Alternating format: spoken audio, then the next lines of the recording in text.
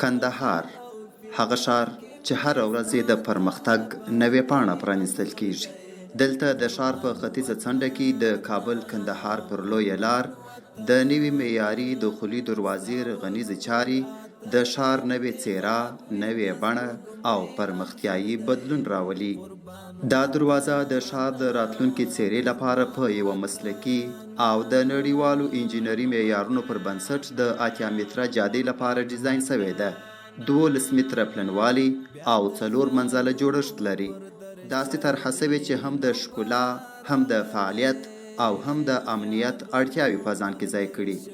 د دروازې په داخلي طرحه کې د امنیت ځانګړي خونې، د مسافرو د خدمت لپاره معیاري خوړنځای، آرامې ساحې، شنې پارکیزې سیمې او د لیدونکو ځانګړي خدمتونه ځای پر ځای کیږي.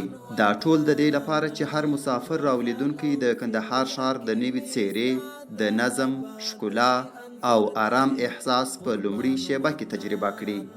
د دې مهمې پرمختیایي پروژې مالی لګښت د سلام مخابراتي شرکت پر غاړه اخیستی چې دا د همکارۍ یوه رښتینې او الهام بخښونکې بیلګه ده. له دې پروژې سره هممهاله په نورو اړخونو کې هم د دخولي دروازو رغنیزې چارې روانې دي، څو کندهار ښار د ټولو لارو له پلوه د معیاري، ښایسته او منظم ښاري انځور نوی تعریف وړاندې کړي.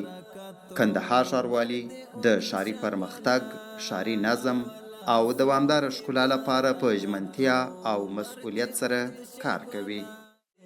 قربان وطن، قربان وطن.